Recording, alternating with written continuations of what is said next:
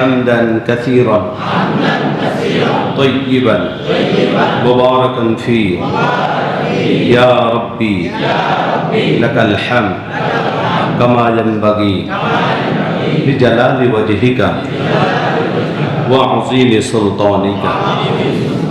প্রশংসা করলাম কার? সমস্ত প্রশংসার মালিক কে? সমস্ত ক্ষমতার মালিক কে? সুপ্রিয় উপস্থিতি, জুমার দিন যেহেতু আলোচনার সময় একেবারে সংক্ষিপ্ত, এজন্য দীর্ঘ কথা একেবারে সংক্ষিপ্তভাবে বলতে হয়। এজন্য শুরু থেকে আমরা অন্তরের কানটা একটু খুলে দেই। আল্লাহ পাক যেন আমাদেরকে কিছু কথা ইখলাসের সাথে বলার তৌফিক দান করেন এবং আমাদেরকে বুঝে শুনে আমল করার তৌফিক দান করেন। সকলে বলুন আমিন। আমরা সকলেই জানি এই পৃথিবীতে একটা সময় আমরা ছিলাম না, এখন আছি, আবার একটা সময় আমাদের উপরে আসবে যখন এই পৃথিবীতে আমরা থাকবো না। একটা সময় আমরা ছিলাম না, এখন আছি, আবার একটা সময় আমরা থাকবো না। এই কথার ভিতরে কোনো সন্দেহ আছে? কেউ যদি এটার ভিতরে সন্দেহ করে, অস্বীকার করে, তারপরেও এটাই চরম বাস্তব কথা, সে একটা সময় ছিল না, এখন আছে, আর একটা সময় থাকবে না। এটা চরম বাস্তব কথা। এটাকে কেউ অস্বীকার আজ পর্যন্ত কোনো নাস্তিক মুরতাদ করে না যে দুনিয়াতে সবসময় থাকবে, দুনিয়ার থেকে যাবে না। এটা কিন্তু কেউ অস্বীকার করে না। কিন্তু এখানে স্বাভাবিকভাবে তিনটি প্রশ্ন হয়। সেটা হলো, এই পৃথিবীতে তো আমরা ছিলাম না এবং এখন আছি, আবার থাকবো না। তো পৃথিবীতে যখন ছিলাম না, আমরা ছিলাম কোথায়? এবং এখন আছি, দুনিয়াতে আমরা এসেছি কেন? এবং আমরা আবার পরবর্তীতে থাকবো না, আমরা যাব কোথায়? এই তিনটি প্রশ্ন উত্তর আমরা অনেকেই জানি, কিন্তু এটা অনুধাবন করতে হবে। আসলে উত্তরগুলি ভালোভাবে অন্তর থেকে অনুধাবন করতে হবে এবং ওই অনুযায়ী আমল করতে হবে। প্রথম প্রশ্নের উত্তর, এই পৃথিবীতে যখন আমরা ছিলাম না, ছিলাম কোথায়? এর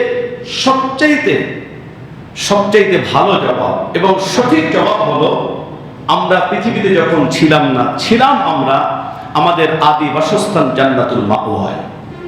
আমরা ছিলাম কোথায়? জান্নাতে। আমরা ছিলাম কোথায়? আমাদের বাপের বাড়ি। আমাদের বাপের বাড়ি হলো জান্নাত। আমাদের বাপের বাড়ি কোথায়? আমাদের বাপের বাড়ি জান্নাত। আমরা জান্নাতে ছিলাম। একটা কারণে আল্লাহ পাক আমাদেরকে দুনিয়াতে পাঠিয়ে দিয়েছেন। দুনিয়াতে কিছুদিনের জন্য আছি, কি জন্য আছি এটা সামনে বলি। কিন্তু পরবর্তীতে যে আমরা থাকবো না, যাবো কোথায়? আমাদের মূল টার্গেট হলো আমরা যাব আবার আমাদের ওই বাপের বাড়ি জান্নাতে। কথা বলেন ঠিক কি না? জান্নাতে যেতে রাজি আছি না আমরা? কে কে রাজি আছি একটু হাত দেখান তো। নারায়ে তাকবীর।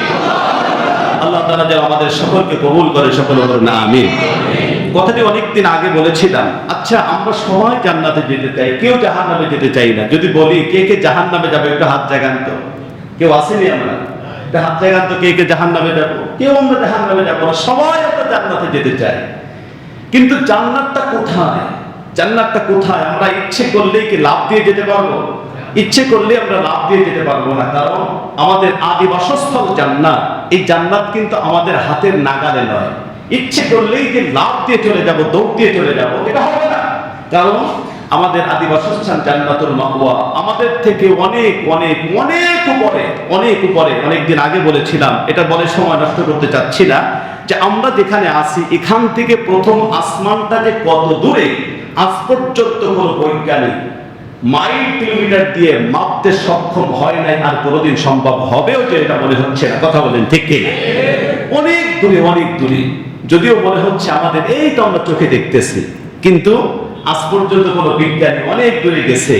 সৌরজগৎ তারা আবিষ্কার করেছে, তারা গ্যালাক্সি আবিষ্কার করেছে, গ্যালাক্সি গুচ্ছ আবিষ্কার করেছে, মহাগ্যালাক্সি আবিষ্কার করেছে। কিন্তু এই মহাগ্যালাক্সির পরিধিটাও যে কত বড়, কত বড়, তার থেকেও যে কত উপরে, এই প্রথম আসমানটা আজ পর্যন্ত কোনো বিজ্ঞানী কল্পনা করতে পারে না।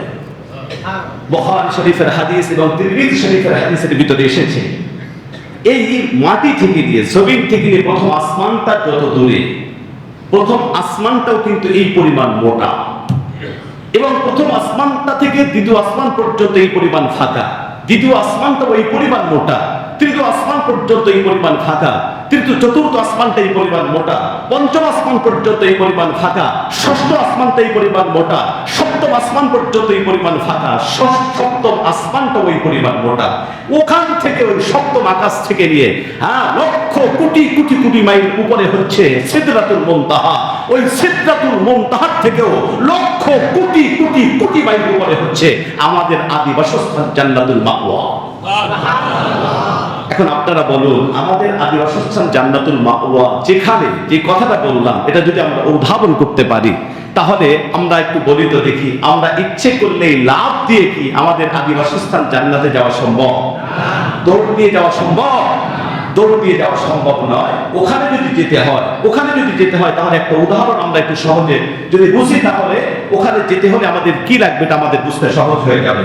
দেখেন, মনে করেন এখানে 1000 ফিট গভীর একটা কূপ আছে, মনে করেন গভীর একটা পুকুর, গভীর একটা কূপ এখানে খনন করা হলো।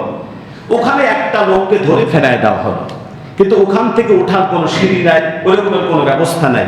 এখন 1000 ফিট, হাজার ফিট গভীর একটা কূপের ভিতরে কোনো ব্যক্তিকে যদি ফেলে দেওয়া হয়, তাহলে ওই লোকটা একা একা যদি চেষ্টা করে ওখান থেকে উঠতে, কোনোভাবে ওঠা সম্ভব? কোনোভাবেই কিন্তু সম্ভব না, একা একা উঠতে পারবে না ওখান থেকে। কত গভীর কূপের ভিতর থেকে কোনো উঠার কোনো ব্যবস্থা নাই, কোনো সিঁড়ি নাই, কোনো কিছু নাই, কিভাবে উঠে উঠবে? এখান থেকে যদি উঠতে হয় তাহলে পরিপূর্ণভাবে 4টি শর্ত পাওয়া যেতে হবে। একটু জোরে সবাই বলুন তো, ওখান থেকে উঠতে কয়টি শর্ত পাওয়া যেতে হবে? 4টি শর্ত পরিপূর্ণভাবে পাওয়া যেতে হবে। 1 নম্বর শর্ত হলো, উপরে যারা আছে তারা দয়া করে, মেহেরবানি করে নিচে যে আছে তার দিকে একটা রশি ফেলাতে হবে। একটা রশি, এই রকমের একটা বস্তু নিচের দিকে ফেলতে হবে। 2 নম্বর শর্ত হলো, নিচে যে আছে সেই রশিটাকে সুন্দর করে শক্ত করে ধরতে হবে। 3 নম্বর শর্ত হলো, উপরে যিনি আছেন এই রশিটা ধরে টান দিতে হবে। 4 নম্বর শর্ত হলো, এই রশিটা এত শক্ত হতে হবে, মজবুত হতে হবে, মাঝ পথে এসে যেন এটা ছিঁড়ে না যায়, এটা শক্ত হতে হবে। কথা বলেন ঠিক কিনা? এই 4টি শর্তের একটা শর্ত যদি ব্যাহত হয়, একটা শর্ত যদি কম থাকে, ওই লোকটা উঠতে পারবে না। যদি রশি ফেরানো না হয়, উঠতে পারবে না। রশি ফেরানো হলো, ধরলো না, উঠতে পারবে না। রশিও ফেরানো হলো, ধরলো কিন্তু টান দিল না, উঠতে পারবে না। রশিও ফেরানো হলো, ধরলো আর টানও দিল, কিন্তু মাঝপথে এসে এটা ছিঁড়ে গেল, বলেন তো তার অবস্থা কি হবে? তার অবস্থা করুণ হয়ে যাবে। সুতরাং এটাও শক্ত হতে হবে। কথা বলেন ঠিক কিনা? তা ঠিক তেমনি ভাবে কোন ব্যক্তি যদি আমাদের আদি বাসস্থান জান্নাতুল মাওয়ায় যেতে চায়, কত উপরে যদি যেতে চায়, তাহলে এই 4টি শর্ত পরিপূর্ণভাবে পাওয়া যেতে হবে। উপর থেকে একটা রশি ফেলতে হবে, এটা আমাদের ধরতে হবে, এটা টান দিতে হবে, আর রশিটা এটা শক্ত হতে হবে, এটা ছিঁড়ে গেলে চলবে না। কথা বলেন ঠিক কিনা? কথা বলেন ঠিক কিনা? আমার মুসলমান ভাইয়েরা, গভীর আমাদের অনেক আলোচনা একেবারে সংক্ষিপ্তভাবে বলার চেষ্টা করছি, গভীরভাবে বোঝার চেষ্টা করেন। আমার মুসলমান ভাইয়েরা, আমরা কেউ কিন্তু জাহান্নামে যেতে চাই না, আমরা সবাই কিন্তু জান্নাতে যেতে চাই। আমাদের আদি বাসস্থান জান্নাতুল মাওয়ায় আমরা যেতে চাই। কিন্তু বন্ধুরে, আমাদের আদি বাসস্থান জান্নাতুল মাওয়ায় যদি যেতে হয়, 4টি শর্ত পরিপূর্ণভাবে পাওয়া যেতে হবে। বন্ধুগণ আমার, মজার ব্যাপার হলো, এই 4টি শর্ত আল্লাহ জান্নাতে যাওয়ার জন্য দরকার। এই 4টি শর্ত আল্লাহ রাব্বুল আলামিন বলেন, বান্দারে, যদিও তোমাদের ভুলের কারণে, যদিও তোমাদের খতার কারণে আমি আল্লাহ রাব্বুল আলামিন তোমাদেরকে জান্নাত থেকে বের করে দিয়েছি, জান্নাত থেকে বের করে দিয়েছি, কিন্তু বান্দা শোনো, ও আমার বান্দারা শোনো, তোমাদেরকে আমি আল্লাহ রাব্বুল আলামিন এত মহব্বত করি, তোমাদেরকে আমি এত মায়া করি, এত মহব্বত করি। ও বান্দা, তোমরা জাহান্নামে চলে যাও আমি চাই না, তোমরা জাহান্নামে চলে যাও আমি আল্লাহ বরদাস্ত করতে পারি না, আমি কোনোভাবেও চাই না তোমরা জাহান্নামে চলে যাও। বান্দা, আমি চাই তোমরা সবাই জান্নাতে চলে যাও। ও বান্দারে শোনো, তোমরা কান খুলে শুনে রাখো, অন্তর দিয়ে তোমরা শোনো, ওই জান্নাতে যাওয়ার জন্য যেই 4টি শর্ত লাগবে, ওই 4টি শর্তর 3টা শর্ত পালন করার, পূর্ণ করার দায়িত্ব আমি আল্লাহ রাব্বুল আলামিন একাই গ্রহণ করলাম। তোমরা যদি একটা শর্ত পালন করতে পারো, আমি আল্লাহ রাব্বুল আলামিন তোমাদেরকে একটা টান দিয়ে তোমাদের আদি বাসস্থান জান্নাতুল মাওয়ায় পৌঁছে দিব। বন্ধু, আমাদের ভুলের কারণে আমাদেরকে আল্লাহ পাক আমাদেরকে জান্নাত থেকে বের করে দিয়েছেন, কিন্তু আল্লাহ পাক যেহেতু আমাদেরকে মহব্বত করেন, আল্লাহ পাক চান না আমরা জাহান্নামে চলে যাই। এজন্য জান্নাতে যাওয়ার জন্য যেই 4টি শর্ত পালন করতে হবে, পূর্ণ করতে হবে, এই 3টি শর্ত স্বয়ং আল্লাহ পূর্ণ করার দায়িত্ব গ্রহণ করেছেন। শুধুমাত্র একটা শর্ত যদি আমরা পালন করতে পারি, তাহলে আমাদের আদি বাসস্থান জান্নাতুল মাওয়া আমরা পৌঁছে যাব, আমাদের জন্য ওয়াজিব হয়ে যাবে। জোরে জোরে বলুন সুবহানাল্লাহ। এখন বলেন, একটা শর্ত, শুধুমাত্র একটা শর্ত, 3টার দায়িত্ব কে নিয়েছেন জোরে বলুন তো? আরো একটু জোরে বলুন। আল্লাহ দায়িত্ব নিয়েছেন। একটা শর্ত আমরা যদি পালন না করি, এরপরে যদি একটা শর্ত পালন করে যদি আল্লাহ জান্নাতে যেতে না পারি, তাহলে আমাদের চাইতে হতভাগা পোড়া কপাল আকাশের নিচে ছবির উপরে আর হতে পারে না। কথা বলেন ঠিক কিনা? কথা বলেন ঠিক কিনা? বন্ধুগণ আমার, আল্লাহ রাব্বুল আলামিন বলেন, বান্দারে, ও বান্দারে, 3টা শর্ত পালন করার দায়িত্ব আমি নিলাম। আমি আল্লাহ রাব্বুল আলামিন তোমাদের কাছে একটা রশি পাঠানোর দায়িত্ব নিলাম। আমি আল্লাহ পাক রশি পাঠাবো, ও বান্দারে, আর এই রশিটা ধরে আমি টান দিব। বান্দা, তোমার কোনো চিন্তা করতে হবে না।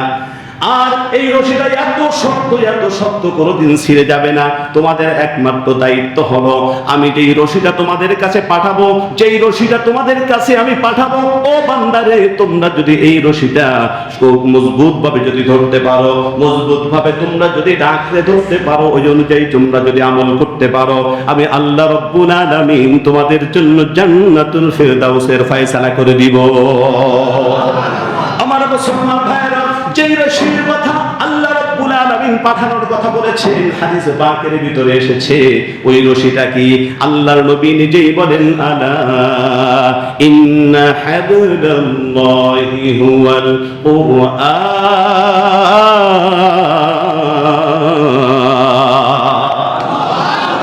আল্লাহ যেই রশি পাঠানোর কথা বলেছেন, ওই রশির নাম বিশ্বনবী বলেন, আলা ইন্না হাবলান। হাবলুন শব্দের অর্থ হলো রশি।